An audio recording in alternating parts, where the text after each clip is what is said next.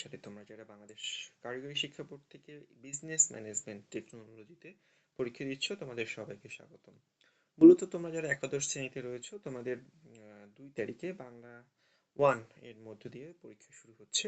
বাংলা 1 এর ব্যাকরণ অংশের সাজেশন নিয়ে আজকে যেহেতু কথা বলবো, ব্যাকরণ অংশে তোমাদের কি কি রয়েছে মূল ভিডিওতে যাওয়ার আগে আমি সেগুলো একটু দেখিয়ে দিচ্ছি। তোমাদের মূলত বাংলা যে পরীক্ষা হয় 3 ঘন্টা 60 মার্কসের পরীক্ষা হয়, যেখানে তোমাদের গদ্য থাকবে, থাকবে কবিতা, থাকবে উপন্যাস, ব্যাকরণ, এই নিয়ে তোমাদের মূলত পরীক্ষাটা অনুষ্ঠিত হবে। ব্যাকরণ অংশে মূলত তোমাদের রয়েছে 7টি প্রশ্ন থেকে 5টি প্রশ্নের উত্তর দিতে হয়, যার মার্কস থাকে প্রতিটার 3, 3 5 15। এরপরে থাকবে একটি সারাংশ এবং অথবা ভাব সম্প্রসারণ, তুমি যেটা করতে পারো। একটি সারাংশ, একটি ভাব সম্প্রসারণ, দুটি থেকে একটি অ্যান্সার করলেই হবে, যার মার্ক থাকবে 5। এবং একটি আবেদনপত্র থাকবে, দুটি থেকে একটি লিখতে হবে, যার মার্কস থাকবে গিয়ে 5। আশা করি বুঝতে পেরেছো।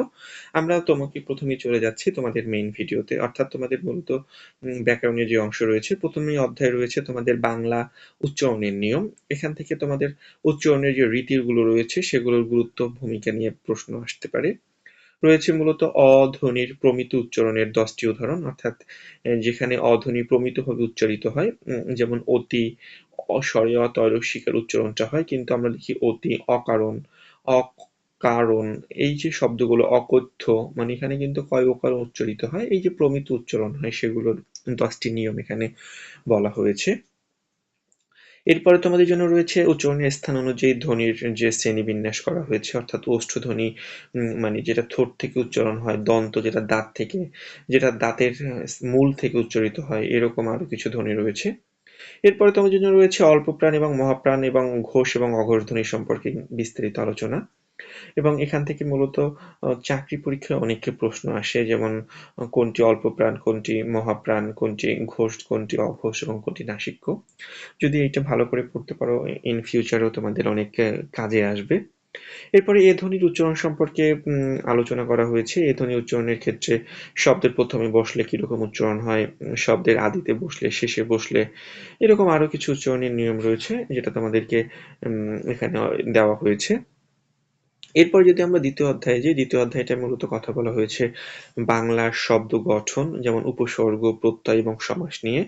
সাধিত শব্দ বলতে কাকে বলা হয়? সাধিত শব্দ মূলত 5 প্রকার। একটা হচ্ছে গিয়ে প্রত্যয় যোগে, উপসর্গ যোগে, সন্ধির সাহায্যে, সমাস যোগে এবং পদ পরিবর্তনের মাধ্যমে।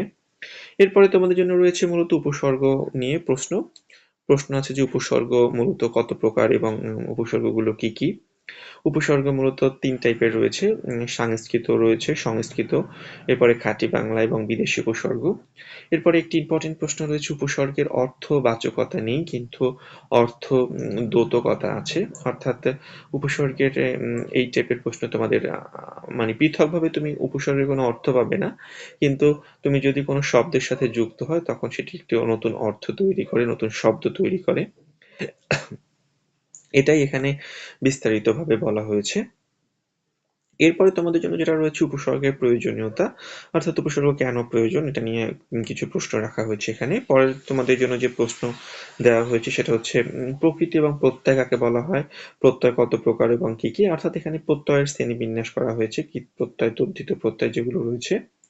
তোমাদের জন্য একটা প্রশ্ন রাখা হয়েছে প্রকৃতি এবং প্রত্যয়ের মধ্যে পার্থক্য। তোমাদের সব থেকে একটা গুরুত্বপূর্ণ প্রশ্ন এখন পর্যন্ত, সেটা হচ্ছে সমাস কাকে বলে, সমাস মূলত কত প্রকার এবং কি কি। মূলত সমাস 4 প্রকার রয়েছে, দ্বন্দ্ব, কর্মধারায়, তৎপুরুষ এবং বহুব্রীহি, এবং এই সমাসগুলো নিয়ে তোমাদের সাথে মূলত আলোচনা করা হয়েছে।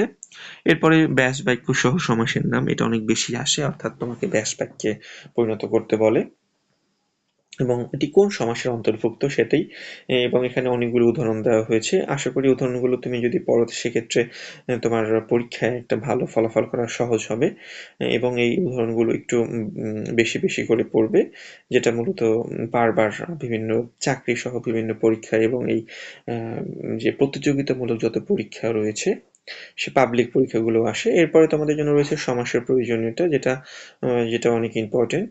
এরপরে রয়েছে বাক্য কাকে বলা হয়, সার্থক বাক্যের যে গুণগুলো থাকা প্রয়োজন, অর্থাৎ আকাঙ্ক্ষা, যোগ্যতা এবং আসক্তি, এগুলো নিয়ে কথা বলা হয়েছে। আকাঙ্ক্ষা, যোগ্যতা, আসক্তি কোনটা কিরকম। এরপরে রয়েছে বাক্যের মূলত কয়টি অংশ থাকে, উদ্দেশ্য এবং বিধেয়, এটা নিয়ে একটি প্রশ্ন রয়েছে, উদ্দেশ্য বিধেয় কোনটি। এরপরে তোমাদের জন্য যেটা রয়েছে সেটা হচ্ছে গঠন অনুযায়ী বাক্যের প্রকারভেদ, অর্থাৎ সরল বাক্য, জটিল বাক্য এবং যৌগিক বাক্য, কোন প্রকার বাক্য কাকে বলা হয় উদাহরণ সহ লিখতে বলা হয়েছে। এবং এটা অনেক অনেক ইম্পর্টেন্ট। আমরা যদি দেখি 2024 বলো, 22 বলো, 16 বলো, 19, 20, 22 অর্থাৎ প্রতিটা জোর সালে এটা আসছে। সেদিক থেকে বলতে গেলে এবছর আসার সম্ভাবনা অনেক বেশি। অর্থাৎ গঠন অনুযায়ী বাক্যের শ্রেণীবিন্যাস 2026 সালে যারা পরীক্ষার্থী আছো তোমাদের জন্য অনেক অনেক ইম্পর্টেন্ট। এরপরে তোমাদের জন্য রয়েছে অর্থ অনুযায়ী বাক্যের শ্রেণীবিন্যাস করো, অর্থাৎ ইচ্ছামূলক বাক্য, বিস্ময়সূচক বাক্য, এরপরে অনুজ্ঞাসূচক বাক্য, সন্দেহসূচক বাক্য, কারণাত্মক বাক্য, এগুলো হচ্ছে মূলত বাক্যের বিভিন্ন প্রকারভেদ। এরপরে রয়েছে সরল বাক্য এবং যৌগিক বাক্যের ভিতর পার্থক্য, এটা পড়ে নিও। এরপরে রয়েছে বাক্য রূপান্তরের কত কিছু উদাহরণ, অর্থাৎ তুমি সরল বাক্য থেকে কিভাবে জটিল বাক্য করবে, এই বাক্যের রূপান্তর নিয়ে কথা। এরপরে তোমাদের সর্বশেষে রয়েছে পারিভাষিক শব্দ, অর্থাৎ পারিভাষিক যে সকল শব্দগুলো ইউজ করা হয় পারিভাষিক শব্দ নিয়ে কথা রয়েছে এবং অনেকগুলোর উদাহরণ এখানে অন্তর্ভুক্ত করা হয়েছে পারিভাষিক শব্দের। এবং সর্বশেষে তোমাদের যে অধ্যায়টা রয়েছে এই পারিভাষিক শব্দ, এর মধ্যে দিয়ে তোমাদের টোটাল বাংলার সিলেবাসটা কমপ্লিট। আশা করি এগুলো ভালো করে পড়লে একটা সুন্দর কাঙ্ক্ষিত ফলাফল পাবে এবং টোটাল ভিডিওর পিডিএফটা তুমি ডিসক্রিপশন লিংকে পেয়ে যাবে। অনেক অনেক ধন্যবাদ। আল্লাহ হাফেজ।